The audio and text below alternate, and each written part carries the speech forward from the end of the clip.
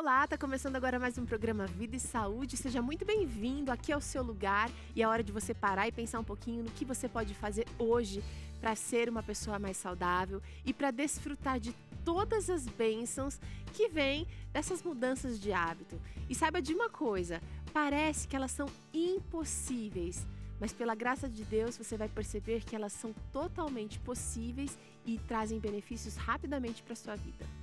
No programa de hoje a gente vai falar um pouquinho sobre os cuidados com o bebê para evitar acidentes, primeiros socorros que você precisa saber e a gente tem especialista aqui para nos ajudar nesse assunto. Mas antes, vamos refletir um pouquinho num trechinho do livro Mananciais no Deserto, um trecho muito interessante que diz o seguinte: quem forma o hábito de começar sem acabar, simplesmente formou o hábito de fracassar.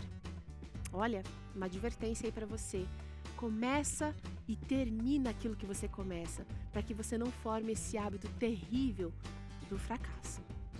O programa está começando, você sabe, tem sempre uma boa receita aqui e hoje eu vou te ensinar um delicioso arroz enriquecido, arroz com frango vegetariano, aquele sem origem, sem carne nenhuma. Dá uma olhadinha aqui, olha, no aspecto dele. Esse é um produto novo que a Superbom lançou e vai ser a grande estrela do nosso prato de hoje. Se você quiser, pode anotar também os ingredientes dessa receita. Você vai usar feijão azuki cozido já, mais ou menos uma xícara, tá temperado e tá sem caldo aqui, como você pode ver.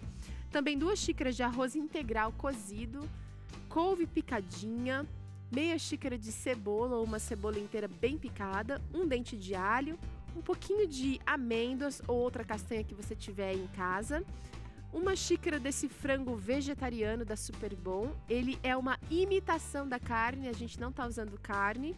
E também tomate cereja para enfeitar.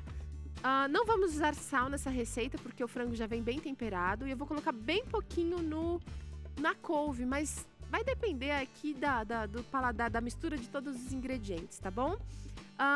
Se você quiser anotar essa receita depois, é só acessar o blog novotempo.com/vida e saúde. Lá tem essa e outras receitas esperando para você. E quando estiver por lá, aproveita para pedir a revista Fique Leve, aproveita para compartilhar o conteúdo que tem lá no nosso blog, para que outras pessoas também sejam beneficiadas pelas palavras, pelas conversas, pelas receitas que a gente tem disponível para você lá.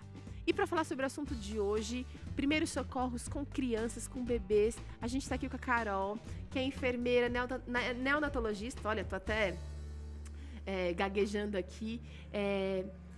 Já está há um tempinho trabalhando com esse lance de cuidado com a criança, amamentação, consultoria. Sim. Seja muito bem-vinda aqui, Carol. Obrigada, Teru. Obrigada pelo convite.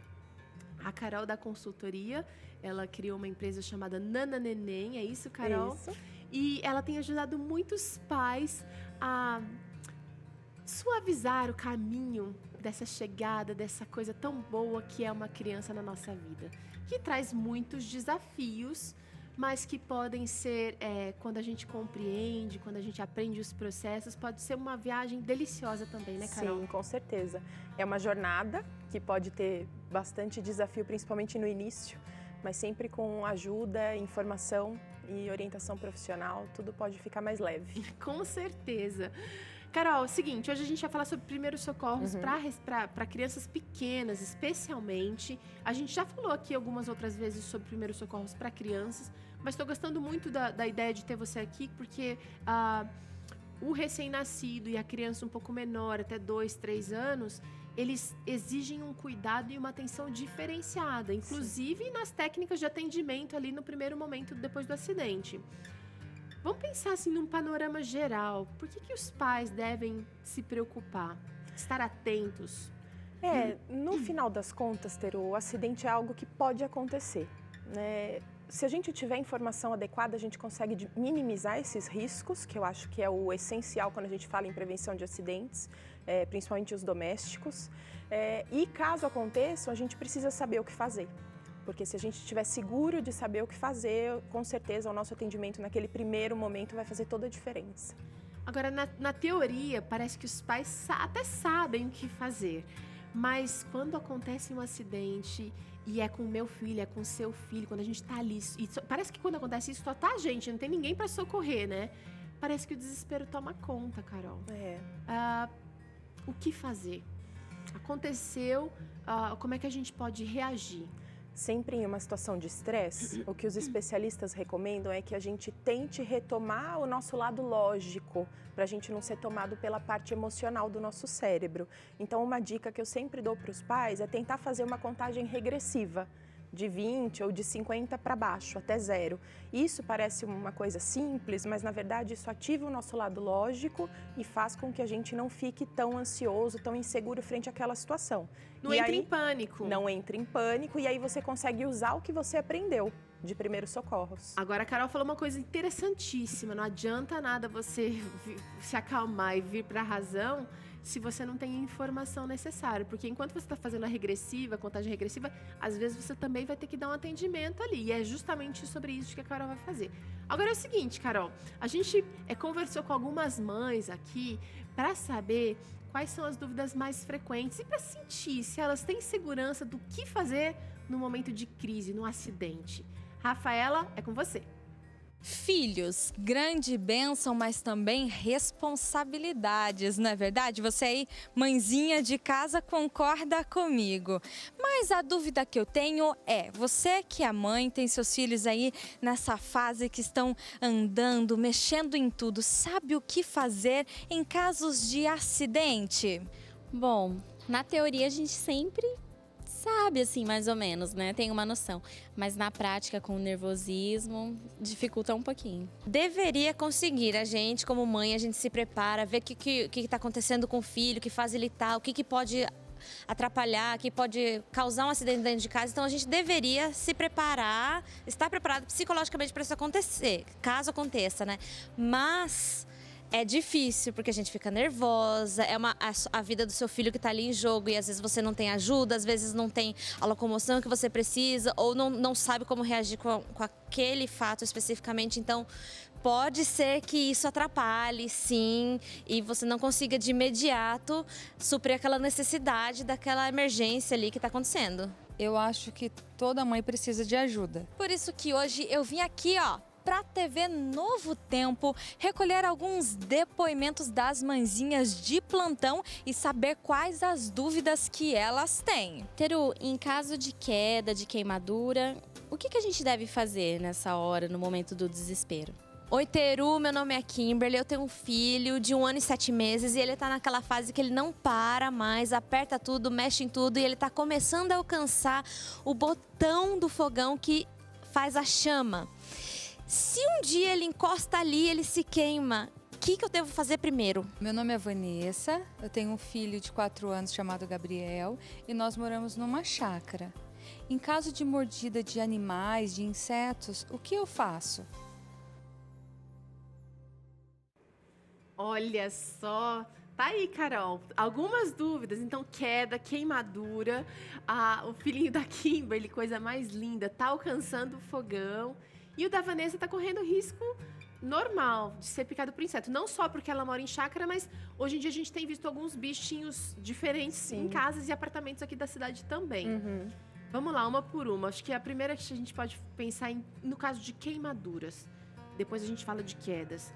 O que fazer? A criança queimou, existem graus de queimadura. Qual é a primeira atitude do pai? A primeira atitude, Teru, tem que ser colocar o local da queimadura embaixo da água. Tá. Embaixo da água corrente, tá?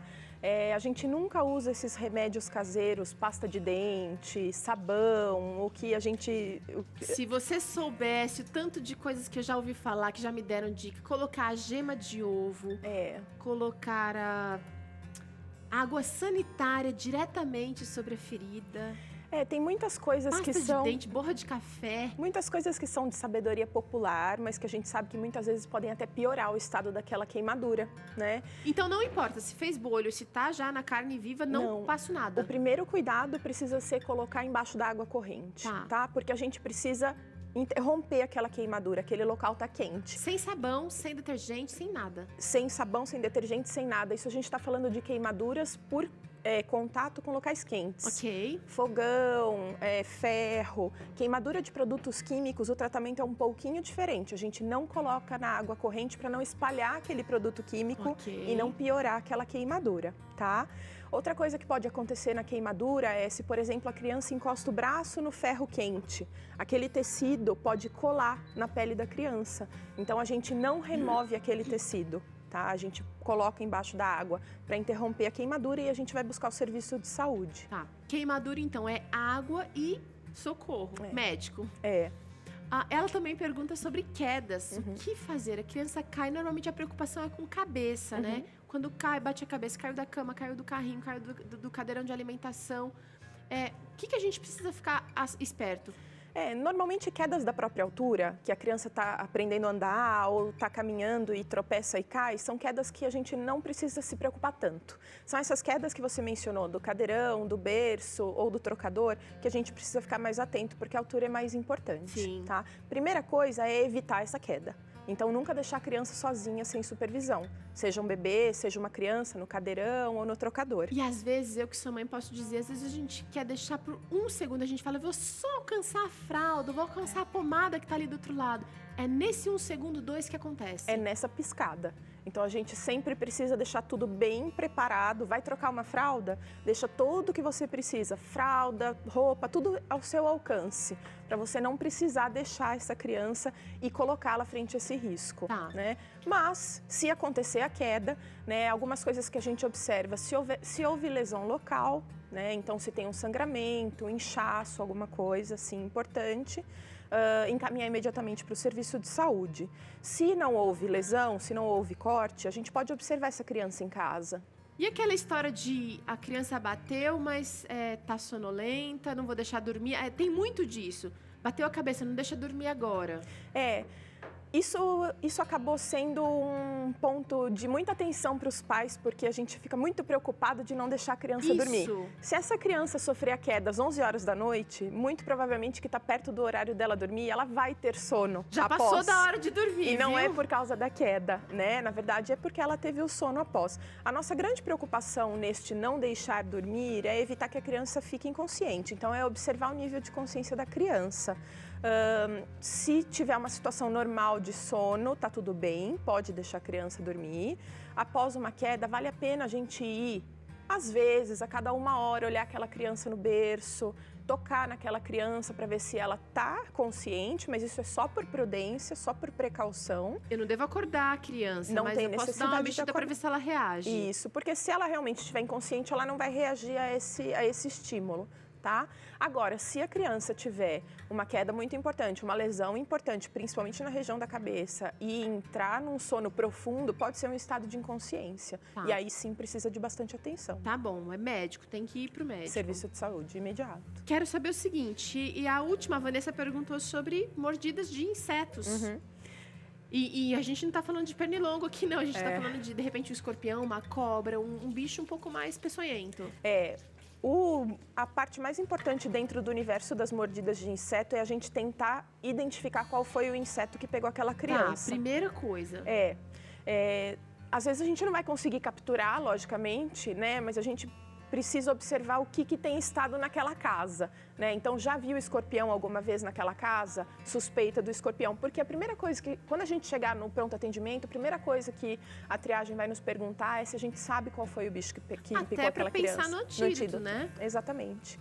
Tá? Mas, a princípio, o primeiro cuidado frente a uma picada de inseto, se a criança nunca tiver demonstrado alergia, a gente pode observar como que vai ficar essa picada. Agora, se é uma criança que você já sabe que costuma ter alergia, se tiver alergia ao pernilongo, ao mais simples pernilongo, já é um motivo para a gente ficar mais atento de uma picada diferente. Tá, e aí uma outra dúvida que eu acho que responde até sobre outras questões, no caso de cortes.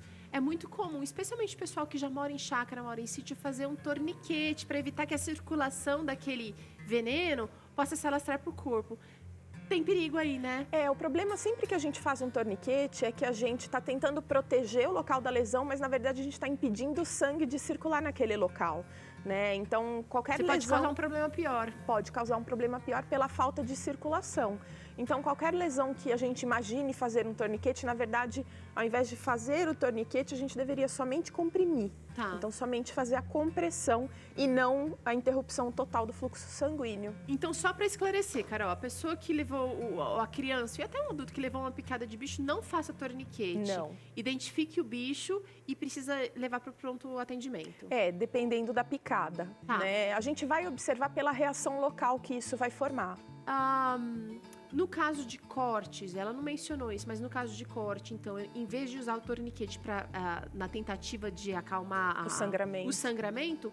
é pressionar com Pressionar o local. pano limpo. Sim, uma toalha limpa, uma compressa limpa, pressionar o local até chegar no serviço de saúde. Agora, a Kimberly trouxe uma dúvida interessante, que é, meu filho já está alcançando as panelas, o fogão, o botão do acendedor da chama. Kimberly, é um desafio, amiga. Fica firme aí que vai passar essa fase. Agora tem que ter cuidado. Kimberly, não deixe ele chegar no fogão. Qual é a dica que você dá? Se a gente conseguir... Obstruir, então, esse acesso? Sim, obstruir o acesso, nunca deixar sem supervisão. A gente sabe que 1 ano e 7 meses é difícil deixar sem supervisão, né? Mas passa. Passa. Mas tentar obstruir o acesso à cozinha, então, né? Tem algumas portinholas que a gente pode instalar na própria porta. Legal. Isso tudo para segurança.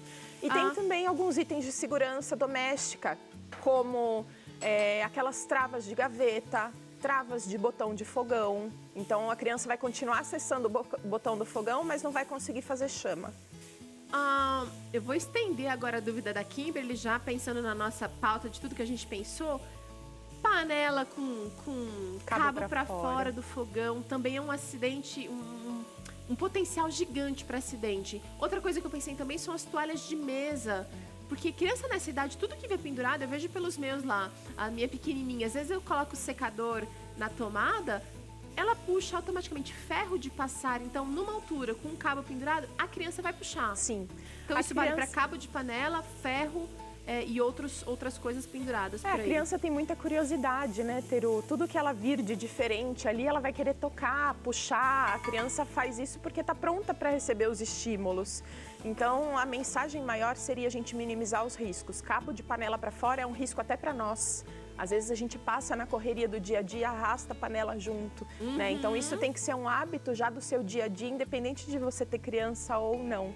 E o tempo inteiro falar, né, Carol? Porque a criança, muito, embora não tenha desenvolvido as habilidades da linguagem, você fala, reforça o tempo inteiro, olha, aqui é quente, mamãe tá lidando agora com o almoço, eu tô fazendo isso, tô fazendo aquilo, aqui é quente, é perigoso. Eu acho que isso vai causando um reforço, a criança também precisa desenvolver a noção de perigo. Precisa. E a gente também precisa respeitar aquela criança, ela não tá fazendo por mal.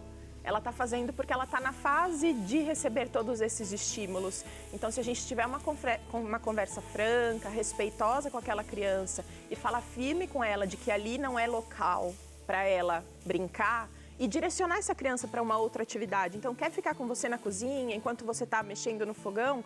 Tenta criar uma outra atividade para ela, talvez ali do seu lado. Tá. Carol, vou fazer uma pausa na nossa conversa, porque o meu fogão tá chamando. Aliás, esse fogão é muito legal, gente, porque não tem uma chama direta, então evita um pouquinho mais a possibilidade de acidentes. E as panelas também não tem aquele cabo para fora. Pense em tudo, porque criança é criativa e rápida. Então, você tem que estar atento o tempo inteiro. Você que é mãe, você que é cuidadora, você que é professora, você que passa boa parte do seu tempo com crianças, tudo pode ser um potencial para acidente. Carol, é o seguinte, eu vou colocar aqui na receita agora um arroz, sabe aquele arroz de ontem que você sobrou um pouquinho, você guardou, aquele que já está congelado? Essa é uma ótima maneira de você utilizar. Mas eu esqueci, não vou usar o arroz primeiro não, vou colocar couve, olha só. Esse frango vegetariano, ele já vem pronto. Eu tô só dando uma sapecada, tá vendo que ele já tá mais douradinho aqui, olha, em algumas partes? Acrescento então a couve picadinha. Eu vou fazer uma espécie de virado aqui. E ainda vou deixar ele requintado, porque vou usar amêndoas. E um feijão diferente, que é o feijão azuki. Olha, vou dar essa leve murchada no arroz. Na couve, perdão. O arroz vem em seguida. Só isso, olha, já mudou o volume. E aí sim eu acrescento o arroz integral. essa também é uma ótima dica para você que ainda não se adaptou ao sabor do arroz integral. Fazer ele em misturas mais elaboradas, mais diferentes, para que você aumente a chance das pessoas gostarem do seu arroz integral. Olha, tá ficando bonito. Mexe com cuidado. Agora eu quero aquecer isso aqui. O arroz tá frio, o feijão também tá frio. Percebe que eu não usei caldo nenhum de feijão. E eu vou experimentar para ver se tá legal. Precisamos, Carol, pensar num outro perigo constante, que são os produtos químicos de limpeza, de higiene, os cosméticos. O que fazer em caso de acidentes com produtos químicos e também como evitar esses acidentes? Eu acho que a gente precisa pensar bastante na prevenção, então nunca guardar nada ao alcance das crianças, sempre todos os produtos químicos e produtos perigosos em armários fechados, onde só o adulto tem acesso, né? E também evitar guardar detergentes, desinfetantes em embalagens que sejam de comida. Porque muita gente compra aquele galão concentrado e acaba diluindo em garrafas PETs. De refrigerante, A criança, além de ver que é uma garrafa que é usada na cozinha... Que é atrativo, né? Com certeza. E normalmente os desinfetantes são coloridos. Chama muito a atenção da criança. E a criança não sabe o risco que tem ali. Então, primeira coisa, deixar fora do alcance das crianças. Evitar usar embalagens de comida para armazenar esses produtos químicos. Em casos de queimadura com produtos químicos, como a gente falou, não colocar embaixo d'água para não espalhar essa queimadura. E caso a criança beba esse produto químico, na hora que você perceber, você precisa ir para emergência com essa criança. E essa história de provocar vômito pode piorar o assunto? Pode piorar o assunto, porque a gente não vai... No hospital, a gente vai avaliar essa criança e vai entender como que é a melhor forma de tratar, principalmente se você tiver identificado o produto que ela ingeriu, tá? Sim. Mas a gente vai trabalhar sempre numa desintoxicação, tá? E aí precisa saber o produto também, né? Sim. Assim como quando é mordido por um bicho, a gente também precisa saber o produto que foi ingerido. É muito importante que saiba o produto para a gente poder ir direto no problema e não ficar tentando várias coisas para ver o que pode dar certo. Olha, gente, são muitas as possibilidades, os riscos de acidente. A gente tem que ficar esperto o tempo inteiro. E a última possibilidade que eu quero que você fique muito atenta aí é sobre a possibilidade de afogamento. Criança pequena pode se afogar com 20 centímetros de água num balde, numa banheira. Sim, isso é no verdade. próprio vaso sanitário. Sim. Então eu queria saber o que fazer para evitar e também como remediar. Tá. Para o banho da criança, vale a mesma orientação da prevenção da queda, que é nunca deixar a criança sem supervisão. Mesmo os bebês recém-nascidos, que hoje a gente vê aqueles utensílios que a gente coloca dentro da banheira para apoiar o bebê. Um suporte, sim. Aquele é um suporte para dar mais segurança para os pais e para o cuidador na hora do banho, mas isso não significa que você vai deixar o bebê ali sentadinho sozinho. Não substitui, vamos deixar claro. Não substitui a supervisão do adulto, né? A ação ali do cuidador. Então, primeira coisa, evitar, se tiver piscina em casa, tem coberturas de piscina, tem grades de piscina, muito importante, se for uma criança que circula no quintal e tem risco de cair na piscina, né? Importante deixar as portas dos banheiros fechadas, porque a criança vai ver o vaso sanitário aberto, pode ficar curiosa de mexer ali dentro, né? E sempre nessa situação de afogamento, a gente precisa resgatar essa criança, né? Tirar essa criança de dentro da água. Óbvio, E o primeiro cuidado que a gente vai ter é a gente vai atuar como se fosse um engasgo ali, né? Então a gente vai atuar como se a gente estivesse querendo desengasgar aquela criança. A gente não vai fazer... Mas com alguma coisa entalada. No caso é líquido, mas tá no lugar errado. Aquela criança está em parada respiratória, né? Então, o que a gente pode fazer... Posso demonstrar aqui, Teru? Deve demonstrar, porque inclusive já vai ser uma manobra... No caso de engasgo com alimento sólido. Isso. Ou brinquedo, alguma coisa. É uma manobra até 2 anos. Sempre que eu oriento os pais, eles falam, vai engasgar com leite? Eu falo, hoje é com leite. Daqui a pouco vai ser com pedaço de comida, com peças de brinquedo. Tá. Então, é uma manobra muito importante para a gente aprender. Vamos observar, gente. Então, a gente pega a criança, essa manobra vale até 2 anos. A gente pega a criança na região do maxilar, e a gente apoia a criança no nosso braço. Tá vendo que eu inclinei um pouquinho para baixo? E ela tá segurando aqui no maxilar, aqui perto do ouvidinho. aí. Isso. Por que segurar no maxilar? Para eu não obstruir vias aéreas e nem para eu obstruir a região do pescoço. Certo. Então eu seguro na região do maxilar, viro essa criança inclinada a 30 graus. Se for uma criança maior, vai ser muito importante que você esteja sentado e consiga apoiar essa criança na perna, Sim. tá? Essa manobra vale até 2 anos. Nesta posição, a gente usa essa parte da mão, essa parte maiorzinha da Ok. mão, a polpa da mão. E aí, do meio das costas para frente, a gente vai fazer 5 golpes. Não muito forte, mas também não pode ser uma massagem. Precisa ser um golpe firme. Pensando que o pulmão é uma garrafa PET plástica que está com uma rolha na boca. A rolha é o que está fazendo o bebê não conseguir respirar. Então a gente vai fazer essa pressão para o ar que está dentro do pulmão poder empurrar essa rolha para fora. E aí a gente vai fazer a manobra de desengasgo. Se mesmo assim a criança não voltar a respirar, se ela não voltar à normalidade, eu preciso correr pro médico. Faço de novo a manobra. Você faz as 5 compressões nas costas, e então você vira a criança de barriga para cima, e daí usando esses 2 dedos da mão, a gente vai entre os mamilos da criança fazer 5 compressões no tórax. Lembrando que é mais molinho do que o adulto, então você talvez esteja se apalpando aí, vendo que a nossa caixa torácica já tá muito bem dura e dura. fechada. Da criança é molinho, por isso que é com os 2 dedos. Com os 2 dedos, e a gente tem que imaginar que a gente está conseguindo abaixar mais ou menos 1 centímetro na Legal. caixa torácica da criança, Legal. tá? Carol, quanta coisa, em pouquíssimo tempo. Obrigada, viu? Imagina. Eu quero que você experimente o nosso arroz. E você que ficou em dúvida, você que quer saber mais sobre o que fazer, como agir, procure a ajuda de um especialista, converse com o médico, procure auxílio do Nana Nenê, por exemplo, que é alguém que está ligado em... que tem uma especialista, juntamente com parceria com outros profissionais, né, Carol? Sim. Precisa entender, porque a informação, gente, é fundamental para que você saiba o que fazer na hora errada. Vamos comer aqui? Vamos pra mesa, Carol? Já tá tudo sim. tão arrumado lá, vamos pra lá. E aí dá pra mostrar pra você como é que ficou a nossa receita. Tá cheirosa, né, Carol? Tá. Vou colocar aqui. Acho que eu ajudo assim. Aguento, não aguento. Vai por aqui mesmo. Esse é o nosso arroz com amêndoas, com frango vegetariano. Você pode fazer em casa como um prato único. Com Ficou licença. lindo. Obrigada. Experimenta e me diz o que você achou, de verdade, Tá Carol. bom. Tem muita coisa diferente aqui que talvez você não tenha provado ainda. É verdade. Eu já experimentei o sal, sabia que tava bom, né? Muito bom. Tá suave, tá gostoso, tá muito bom. Mais uma vez, quero agradecer a sua participação. Eu que Espero agradeço. que você volte aqui ajudando a gente com outros assuntos relacionados à criação de filhos. Tá bom, com muito prazer.